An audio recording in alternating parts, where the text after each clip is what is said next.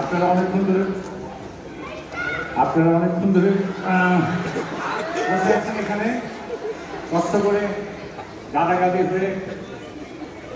আমি খুবই সম্মানিত এবং এখানে সবাই যেভাবে আমাকে সম্মান দেখাচ্ছে, আদর দেখাচ্ছে, সেটা কতখানি গ্রহণ করার মতো অবস্থা আমি জানা নাই। আমি এত বড় সম্মানী না, এত বড় মানুষ না, আমি খুবই সাধারণ একটা মানুষ।